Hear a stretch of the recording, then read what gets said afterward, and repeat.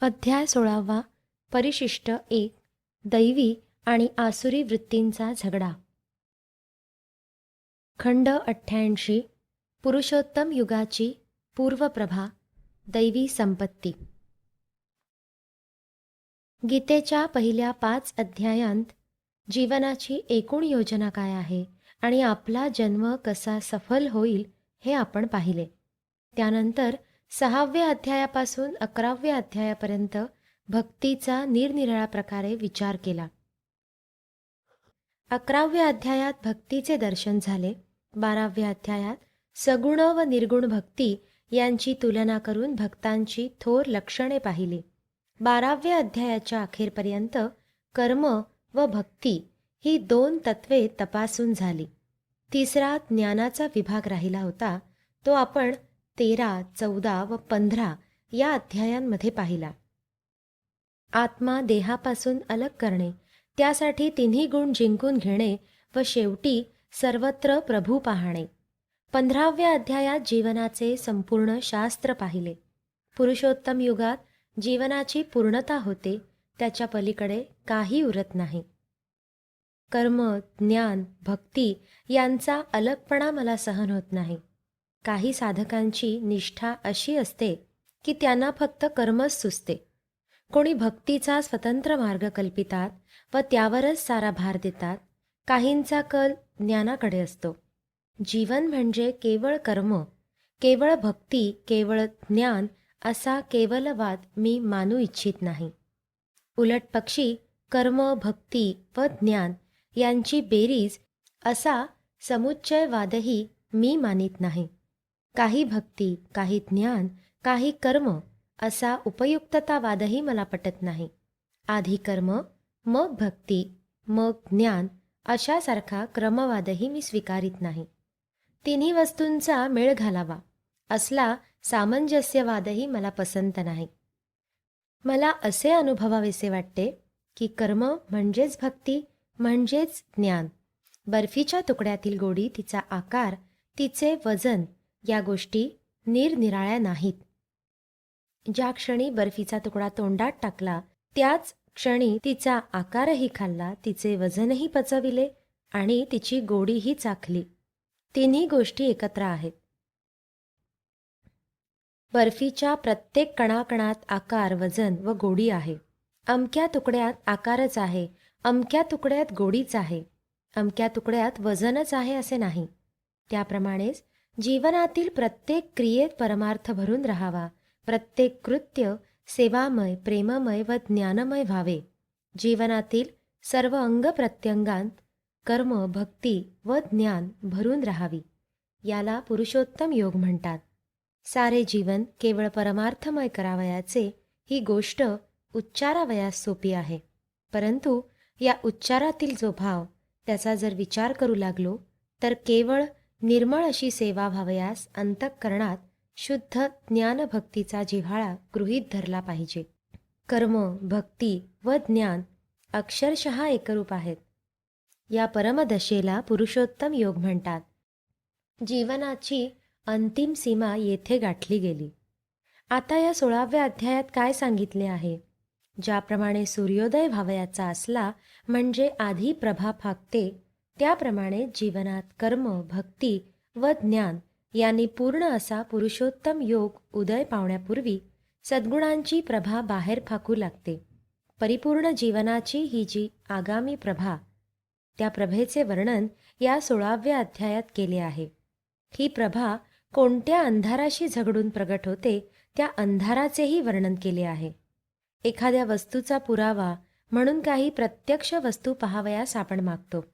सेवा, भक्ती व ज्ञान जीवनात आली आहेत हे कशावरून समजावयाचे? आपण शेतात कष्ट करतो व धान्याची रास शेवटी मोजून घेतो.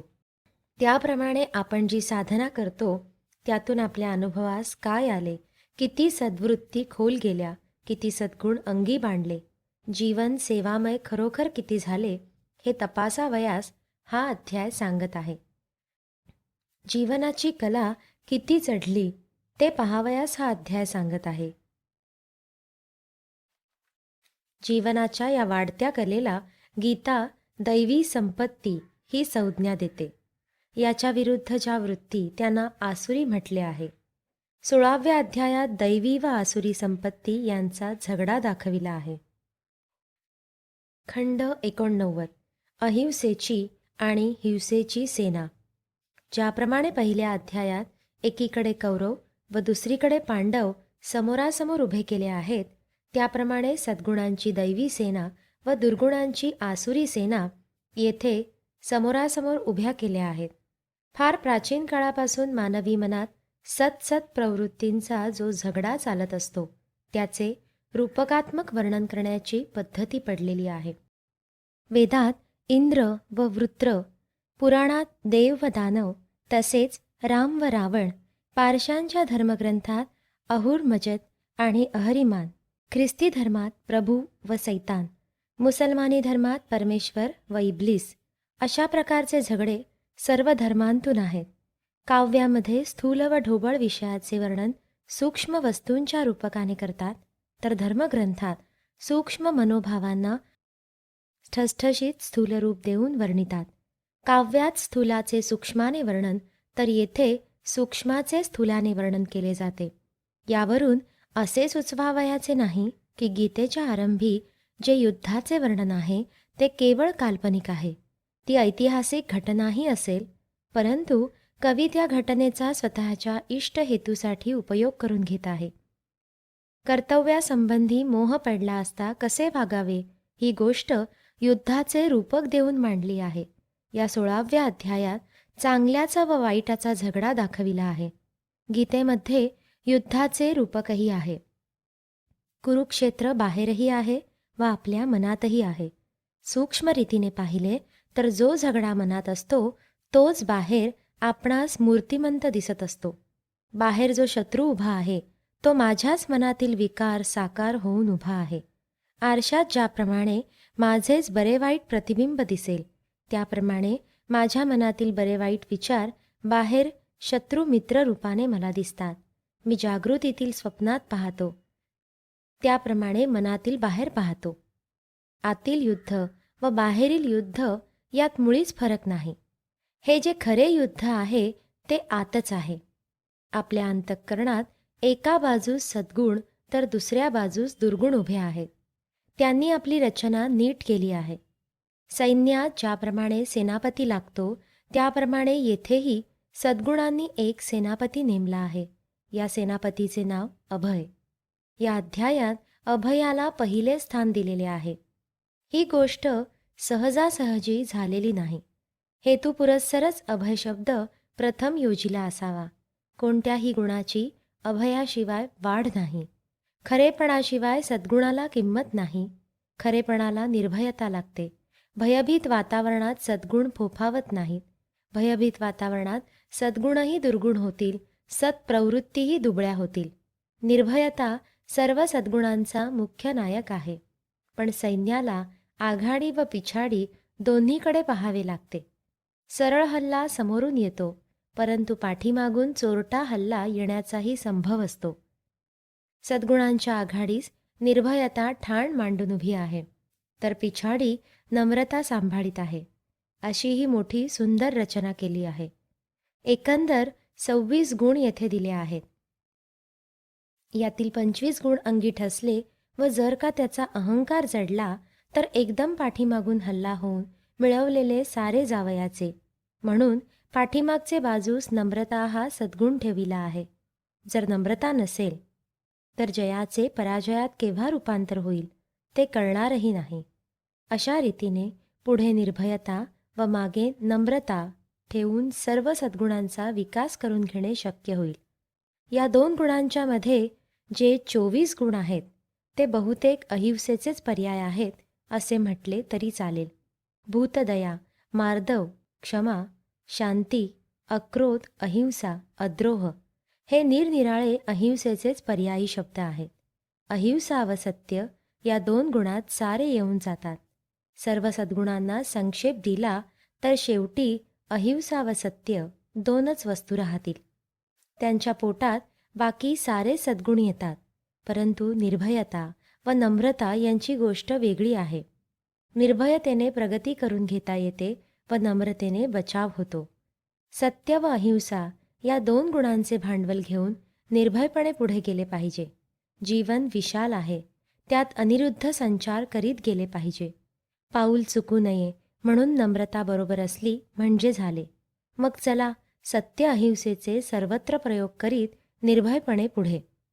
तात्पर्य: सत्य व अहिंसा यांचा विकास निर्भयता व नम्रता यांनी होतो.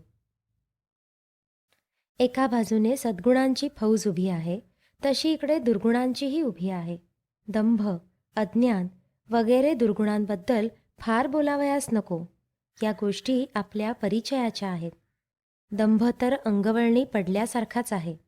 सर्व जीवन दंभावर उभारल्यासारखे झाले आहे. अज्ञानासंबंधी बोलायचे म्हणजे अज्ञान ही एक गोजीरवाणी सबब आपण पदोपदी पुढे मांडीत असतो. जणू अज्ञान म्हणजे फारसा मोठा गुन्हाच नाही. परंतु भगवान सांगतात, अज्ञान हे पाप आहे. सॉक्रेटिस याच्या उलट म्हणाला होता. खटल्याच्या वेळी तो म्हणाला, ज्याला तुम्ही पाप समजता ते अज्ञान आहे व अज्ञान क्षम्य आहे. अज्ञानाशिवाय पाप कसे संभवेल आणि अज्ञानाला शिक्षा कशी देणार? परंतु भगवान सांगतात, अज्ञान हेही पापच आहे. कायद्याचे अज्ञान ही काही बचावाची गोष्ट होऊ शकत नाही, असे कायद्यामध्ये सांगतात. ईश्वराच्या कायद्याचे अज्ञानही फार मोठा गुन्हा आहे. भगवंताचे सांगणे व सॉक्रेटिसाचे सांगणे यातील भावार्थ एकच आहे. स्वतःच्या अज्ञानाकडे कोणत्या दृष्टीने पाहावे हे भगवान सांगत आहेत, तर दुसऱ्याच्या पापाकडे कोणत्या दृष्टीने पाहावे हे सॉक्रेटिस सांगत आहे. दुसऱ्याच्या पापाबद्दल क्षमा करावी, परंतु स्वतःच्या अज्ञानालाही क्षमा करणे पाप आहे. स्वतःचे अज्ञान शिल्लक नाहीच ठेवता कामा. खंड 90 अहिंसेच्या विकासाचे 4 टप्पे. अशा रीतीने एकीकडे दैवी संपत्ती, दुसरीकडे आसुरी संपत्ती अशा 2 सेना उभ्या आहेत. त्यातील आसुरी संपत्ती टाळावी व दैवी संपत्ती कवटाळावी. सत्य, अहिंसा इत्यादी दैवी गुणांचा विकास अनादिकालापासून होत आहे. मध्यंतरी जो काळ गेला त्या काळातही पुष्कळ विकास झाला, तरी अद्याप विकासास पुष्कळ अवसर आहे. विकासाची मर्यादा संपली असे नाही. जोपर्यंत सामाजिक शरीर आपणास आहे तोपर्यंत विकासास अनंत अवकाश आहे. वैयक्तिक विकास झाला तरी सामाजिक, राष्ट्रीय, जागतिक विकास राहतोच. व्यक्तीने आपल्या विकासाचे खत घालून मग समाज, राष्ट्र यातील लाखो व्यक्तींच्या विकासास सुरुवात करावयाची असते. उदाहरणार्थ, मानवाने अहिंसेचा विकास अनादी काळापासून चालविला असला तरी आजही तो विकास सुरूच आहे. अहिंसेचा विकास कसा होत गेला ते पाहण्यासारखे आहे. त्यावरून पारमार्थिक जीवनाचा विकास उत्तरोत्तर कसा होत आहे व त्याला अजून पूर्ण अवकाश कसा आहे हे दिसून येईल. हिंसकांच्या हल्ल्यापासून बचाव कसा करावा याचा अहिंसक माणूस विचार करू लागला. आधी समाजरक्षणार्थ क्षत्रिय वर्ग ठेवला, परंतु तोच पुढे समाजभक्षण करू लागला, तेव्हा या उन्मत्त क्षत्रियांपासून बचाव कसा करावा याचा अहिंसक ब्राह्मण विचार करू लागले. परशुरामाने स्वतः अहिंसक असूनही हिंसेचा अवलंब केला व तो क्षत्रियांचा निःपात करू लागला. क्षत्रियांनी हिंसा सोडावी म्हणून तो स्वतः हिंसक बनला. हा अहिंसेचाच प्रयोग होता, परंतु तो यशस्वी झाला नाही. 21 वेळा क्षत्रियांचा संहार करूनही ते उरलेच, कारण हा प्रयोग मुळातच चुकीचा होता. ज्या क्षत्रियांत त्यांचा नायनाट करण्यासाठी म्हणून मी भर घातली, तो क्षत्रिय वर्ग कसा नष्ट व्हावा? मी स्वतःच हिंसक क्षत्रिय बनलो. हे बीज कायमच राहिले. बीज कायम ठेवून झाडे तोडणाराच पुन्हा पुन्हा झाडे उत्पन्न झालेली दिसणारच. परशुराम भला माणूस होता, परंतु प्रयोग मोठा विचित्र झाला. स्वतः क्षत्रिय होऊन तो पृथ्वी निःक्षत्रिय करू पाहत होता. वास्तविक स्वतःपासूनच त्याने प्रयोग सुरू केला पाहिजे होता. स्वतःचेच डोके त्याने प्रथम उडविले पाहिजे होते. परशुरामाचा मी दोष दाखवितो तो त्याच्यापेक्षा मी शहाणा म्हणून नव्हे. मी बालक आहे, परंतु त्याच्या खांद्यावर उभा आहे म्हणून मला साहजिकच जास्त दिसत आहे. परशुरामाच्या प्रयोगाचा आधारच चुकीचा होता. हिंसामय होऊन हिंसेला दूर करणे शक्य नाही. उलट त्यामुळे हिंसकांची संख्या मात्र वाढते. परंतु त्यावेळेस ही गोष्ट लक्षात आली नाही. त्यावेळच्या भल्या माणसांनी, थोर अहिंसामय माणसांनी विचार सुचला त्याप्रमाणे प्रयोग केले. परशुराम हा त्यावेळचा थोर अहिंसावादी. हिंसेच्या उद्देशाने त्याने हिंसा केली नाही. अहिंसा स्थापण्यासाठी ती हिंसा होती. तो प्रयोग फसला. पुढे रामाचे युग आले. त्यावेळेस पुन्हा ब्राह्मणांनी विचार सुरू केला. त्यांनी हिंसा सोडली होती. स्वतः हिंसा नाहीच करावयाची असे त्यांनी ठरविले. परंतु राक्षसांचे हल्ले कसे परतवावयाचे? त्यांनी असे पाहिले की क्षत्रिय हिंसा करणारे आहेतच. त्यांच्याकडून परभारे राक्षसांचा संहार करवावा, काट्याने काटा काढावा. आपण स्वतः नामानिराळे राहावे. विश्वामित्राने यज्ञरक्षणार्थ रामलक्ष्मणांस बोलवून त्यांच्याकरवी राक्षस संहारिले. जी अहिंसा स्वसंरक्षित नाही, ज्या अहिंसेला स्वतःचे पाय नाहीत, असली लुळी पांगळी अहिंसा उभी कशी राहावयाची, असा विचार आज आपण करतो. परंतु वसिष्ठ विश्वामित्रासारख्यांच क्षत्रियांच्या बळावर स्वतःचा बचाव करून घेण्यास कमीपणा वाटला नाही. परंतु रामासारखा क्षत्रिय न भेटता तर? विश्वामित्र म्हणता, मी मरेन परंतु हिंसा करणार नाही. हिंसक होऊन हिंसा दूर करण्याचा प्रयोग होऊन गेला होता. आता स्वतःची अहिंसा तर नाहीच सोडावयाची हे ठरून गेले होते. क्षत्रिय न लाभला तर अहिंसक मरून जातील अशी आता भूमिका होती. अरण्यकांडात एक प्रसंग आहे. रामाने विचारले, हे ढीग कसले? ऋषी म्हणाले, हे ब्राह्मणांच्या हाडांचे ढीग आहेत. अहिंसक ब्राह्मणांनी हल्ला करणाऱ्या हिंसक राक्षसांचा प्रतिकार केला नाही. ते मेले. त्यांच्या हाडांचे हे ढीग. ब्राह्मणांच्या या अहिंसेत त्याग होता, परंतु दुसऱ्यापासून संरक्षणाची अपेक्षा होती. असल्या दुबळेपणाने अहिंसेची पूर्णता होत नाही. संतांनी पुढे तिसरा प्रयोग केला. संतांनी असे ठरविले, दुसऱ्याची मदत मागावयाचीच नाही, माझी अहिंसाच माझा बचाव करेल. असा जो बचाव होईल तोच खरा. संतांचा हा प्रयोग व्यक्तिनिष्ठ होता. हा व्यक्तिगत प्रयोग त्यांनी पूर्णत्वास नेला. परंतु या प्रयोगात व्यक्तिगतता राहिली. समाजावर हिंसकांचा हल्ला आला असता जर तो समाज संतांकडे येऊन विचारता, आम्ही काय करावे, तर त्या प्रश्नाला संतांना निश्चित उत्तर कदाचित देता आले नसते. व्यक्तिगत जीवनात परिपूर्ण अहिंसा असणारे संत समाजाला सल्ला देताना म्हणाले असते, आम्ही दुबळे आहोत. संतांना मी दोष देतो हे बालसाहस आहे. मी त्यांच्या खांद्यावर आहे म्हणून जे दिसते ते सांगतो. त्यांनी मला क्षमा करावी. ते करतीलच, कारण त्यांची क्षमा थोर आहे. अहिंसेच्या साधनाने सामुदायिक प्रयोग करावे असे संतांस वाटत नसेल असे नाही, पण त्यांना परिस्थिती तितकी अनुकूल वाटली नाही. त्यांनी स्वतःपुरते अलग अलग प्रयोग केले, परंतु अलग अलग केलेल्या प्रयोगातूनच शास्त्र रचले जाते. सम्मिलित अनुभवातून शास्त्र बनते. संतांच्या प्रयोगानंतरचा चौथा प्रयोग आज आपण करीत आहोत. सर्व समाजाने अहिंसात्मक साधनांनी हिंसेचा प्रतिकार करण्याचा आजचा प्रयोग आपण चालविला आहे. अशा प्रकारे 4 प्रयोग आपण पाहिले. प्रत्येक प्रयोगात अपूर्णता होती आणि आहे. विकासक क्रमात ही गोष्ट अपरिहार्यच आहे, परंतु त्या त्या काळात ते प्रयोग पूर्णच होते असे म्हटले पाहिजे. आणखी 10,000 वर्षांनी आजच्या आपल्या अहिंसक युद्धातही पुष्कळ हिंसा दिसून येईल. शुद्ध अहिंसेचे प्रयोग आणखी होत जातील. ज्ञान, कर्म व भक्ती यांचाच नव्हे तर सर्व सद्गुणांचा विकास होऊन राहिला आहे.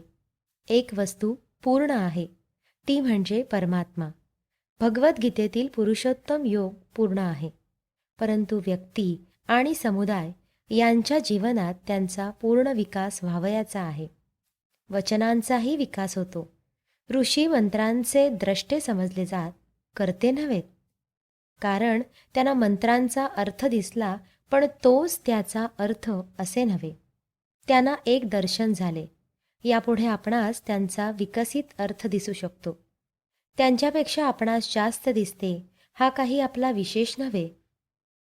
त्यांच्याच आधारावर आपण पुढे जातो. मी येथे अहिंसेच्याच विकासावर बोलत आहे. याचे कारण सर्व सद्गुणांचे सरासरीने सार काढले तर अहिंसा हेच निघेल आणि या युद्धात आपण आज पडलोही आहोत. म्हणून या तत्वाचा कसा विकास होत आहे हे पाहिले. खंड 91 अहिंसेचा एक महान प्रयोग मांसाहार परित्याग.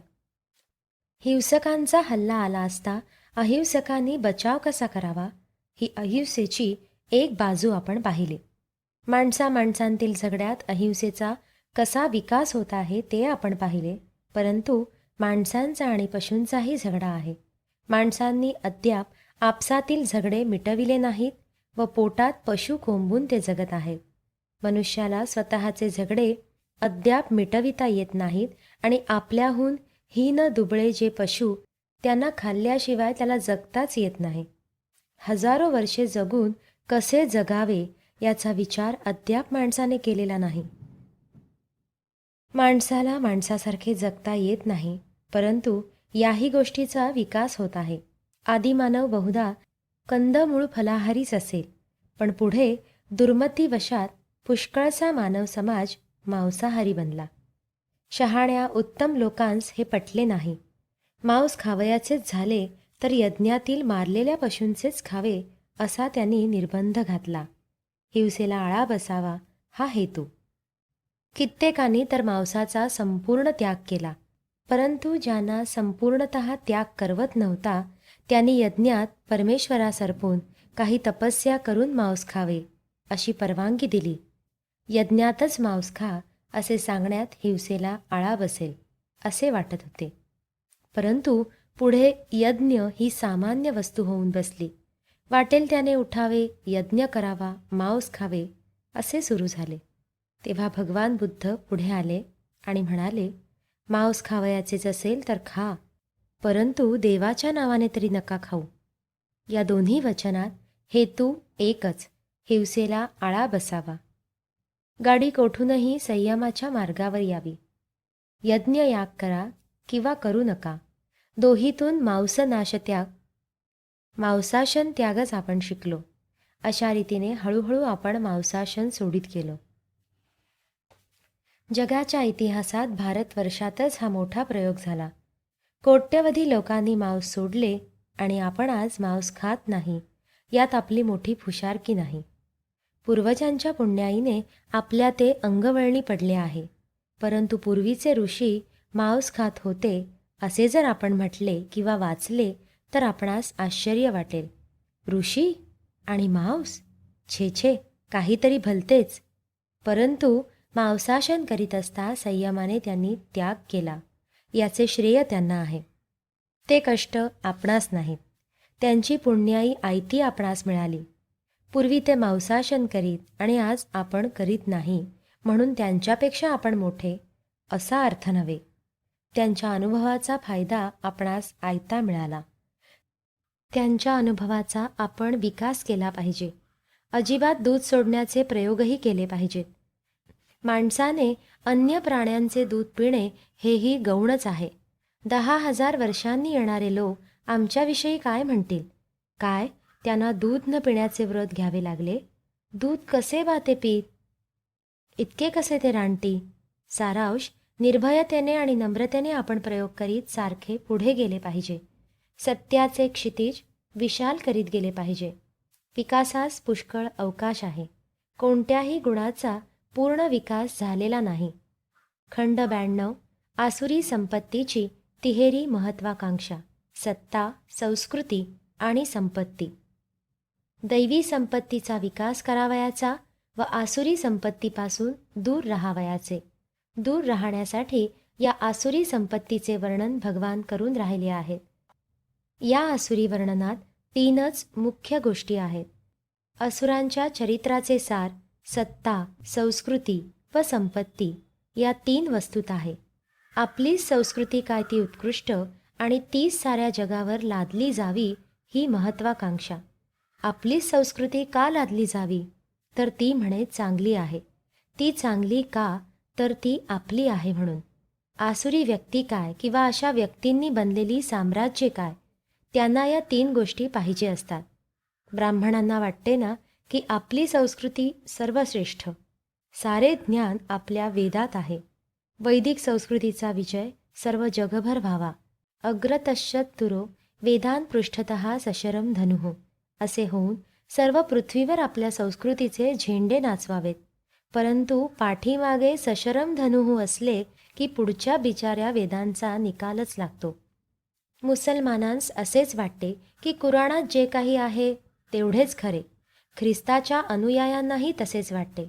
इतर धर्मांतील मनुष्य कितीही वर गेलेला असो, त्याचा जर ख्रिस्तावर विश्वास नसेल तर त्याला स्वर्ग मिळणार नाही. देवाच्या घराला त्यांनी एकच दरवाजा ठेवला आहे आणि तो म्हणजे ख्रिस्ताचा. लोक आपल्या घरांना तर खूप दरवाजे व खिडक्या लावतात, परंतु बिचाऱ्या देवाच्या घराला एकच दरवाजा राखतात. खुलीनं मीची संपन्न माझी जोडी कुठे असे, असे सर्वांना वाटत असते. मी म्हणजे भारद्वाज कुळातला. ती परंपरा माझी अव्याहत चालली आहे. पाश्चात्यांतही असेच आहे. आमच्या नसात म्हणे नॉर्मन सरदारांचे रक्त आहे. आपल्याकडे गुरुपरंपरा असते ना, मूळ आदिगुरु म्हणजे शंकर, मग ब्रह्मदेव किंवा कोणीतरी गाठावयाचा, मग नारद, मग व्यास, मग आणखी एखादा ऋषी, मग आणखी मध्ये 10-5 लोक घालून मग स्वतःचा गुरु, मग मी, अशी परंपरा दाखवावयाची. आपण मोठे, आपली संस्कृती श्रेष्ठ असे वंशावळीवरून सिद्ध करावयाचे. अरे, तुझी संस्कृती उत्तम असेल तर तुझ्या कृतीतून ते दिसू दे, तिची प्रभा आचरणातून फाकू दे, परंतु ते नाही. जी संस्कृती स्वतःच्या जीवनात नाही, स्वतःच्या घरात नाही, ती जगभर फैलावू पाहणे, या विचारसरणीला आसुरी म्हणतात. ज्याप्रमाणे माझी संस्कृती सुंदर, त्याप्रमाणे जगातील सारी संपत्ती घ्यावयास लायक मीच. सारी संपत्ती मला पाहिजे व ती मी मिळविणारच. ती संपत्ती का मिळवावयाची? तर बरोबर वाटणी करण्यासाठी. यासाठी स्वतः संपत्तीत पुरून घ्यावयाचे. तो अकबर म्हणत असे ना, अजून राजपूत माझ्या साम्राज्यात का दाखल होत नाहीत? एक साम्राज्य होईल, शांती नांदेल. अकबरास असे प्रामाणिकपणे वाटत होते. हल्लीच्या असुरांस असेच वाटते की संपत्ती सारी एकत्र करावयाची. का? तर ती पुन्हा वाटण्यासाठी. त्यासाठी मला सत्ता हवी. सारी सत्ता एका हाती केंद्रीभूत झाली पाहिजे. ही तमाम दुनिया माझ्या तंत्राखाली राहिली पाहिजे. स्वतंत्राप्रमाणे, माझ्या तंत्राप्रमाणे चालली पाहिजे. माझ्या ताब्यात जे असेल, माझ्या तंत्राप्रमाणे जे चालेल, तेच स्वतंत्र. अशा प्रकारे संस्कृती, सत्ता व संपत्ती या मुख्य 3 गोष्टींवर भर आसुरी संपत्तीत दिला जातो. एक काळ असा होता की ब्राह्मणांचे वर्चस्व समाजावर असे. त्यांनी शास्त्रे लिहावी, कायदे करावे, राजांनी त्यांना नमावे. ते युग पुढे ओसरले. क्षत्रियांचे युग आले. घोडे सोडावयाचे, दिग्विजय करावयाचे. क्षत्रिय संस्कृती ही आली व गेली. ब्राह्मण म्हणे, मी शिकविणारा, बाकी शिकणारे, माझ्याशिवाय गुरु कोण? ब्राह्मणांना संस्कृतीचा अभिमान होता. क्षत्रियांचा भर सत्तेवर होता. याला मी आज मारले, त्याला उद्या मारीन, या गोष्टीवर यांचा सारा जोर. पुढे वैश्यांचे युग आले. पाठीवर मारा, परंतु पोटावर मारू नका, यात वैश्यांचे सारे तत्वज्ञान आहे. सारे पोटाचे शहाणपण शिकवायचे. हे धन माझे आहे आणि तेही माझेच होईल, हाच जप आणि हाच संकल्प. इंग्रज आपणास म्हणतात ना, स्वराज्य पाहिजे तर घ्या, फक्त आमचा पक्का माल येथे खपण्याच्या सवलती ठेवा म्हणजे झाले. मग तुमच्या संस्कृतीचा तुम्ही खूप अभ्यास करा, लंगोटी लावा व संस्कृती सांभाळा. आजकाल होणारी युद्धे ही व्यापारी असतात. हेही युग जाईल, जाण्यास आरंभही झाला आहे. असे हे सारे आसुरी संपत्तीचे प्रकार आहे. खंड 93 काम क्रोध लोभ मुक्तीचा शास्त्रीय संयम मार्ग. आसुरी संपत्ती दूर सारण्याचा प्रयत्न करावा. आसुरी संपत्ती म्हणजे थोडक्यात काम क्रोध लोभ. सर्व जगाला काम क्रोध लोभ नाचवीत आहेत. हा नाच आता पुरे, हे सोडलेच पाहिजे. क्रोध व लोभ कामातून उत्पन्न होतात. कामाला अनुकूल परिस्थिती प्राप्त झाली म्हणजे लोभ उत्पन्न होतो व प्रतिकूल परिस्थिती असली म्हणजे क्रोध उत्पन्न होतो. गीतेत पदोपदी या तिघांपासून दूर राहा. गीतेत पदोपदी या तिघांपासून दूर राहा असे सांगितले आहे. 16व्या अध्यायाचे शेवटी हेच सांगितले. काम, क्रोध, लोभ हे नरकाचे 3 भव्य दरवाजे आहेत. या दरवाजांतून पुष्कळ रहदारी आहे. अनेक लोक जातात येतात. नरकाचा रस्ता ऐसपैस रुंद आहे. तेथून मोटारी जातात. वाटेत पुष्कळ सोबतीही भेटतात, परंतु सत्याचा रस्ता अरुंद आहे. अशा या कामक्रोधांपासून बचाव कसा करावयाचा? संयमाचा मार्ग स्वीकारून शास्त्रीय संयमाची कास धरली पाहिजे. संतांचे अनुभव म्हणजेच शास्त्र. प्रयोग करून संतांना जे सिद्धांत लाभले त्यांचे शास्त्र होते. या संयमाच्या सिद्धांतांची कास धरा. उगीच शंका काढीत नका बसू.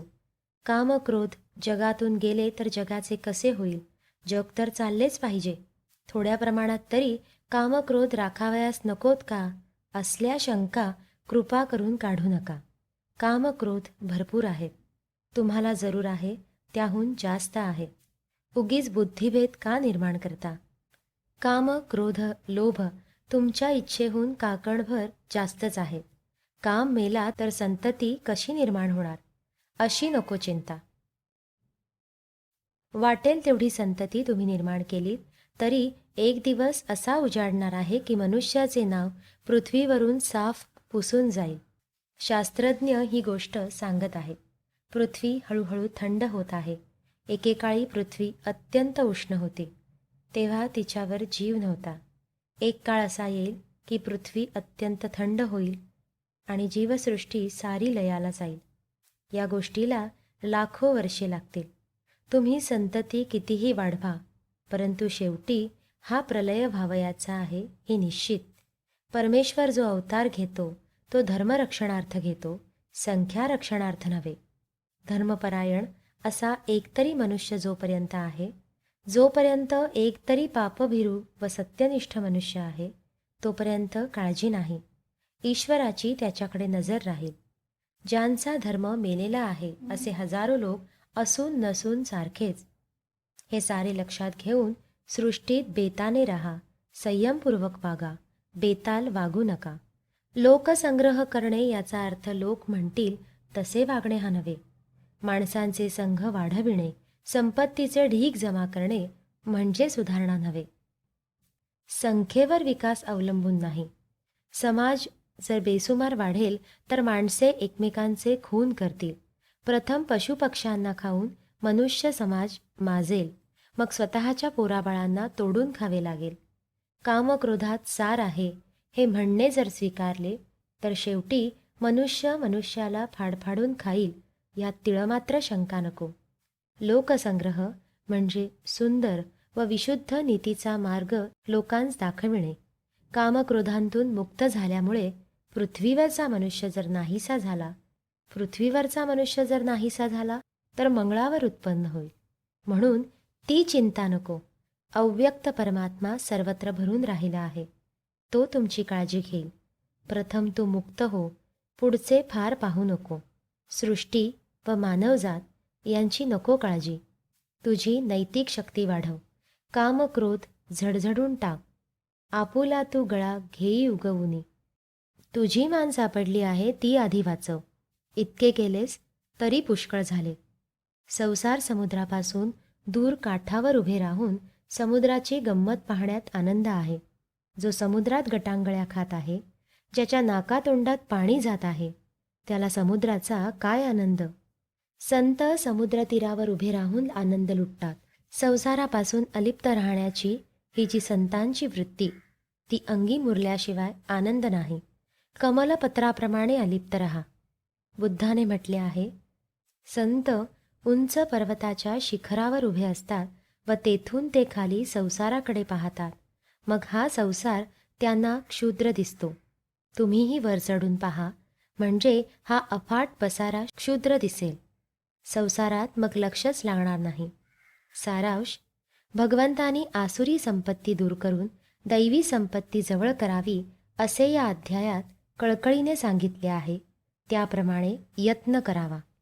रविवार 5 जून 1932.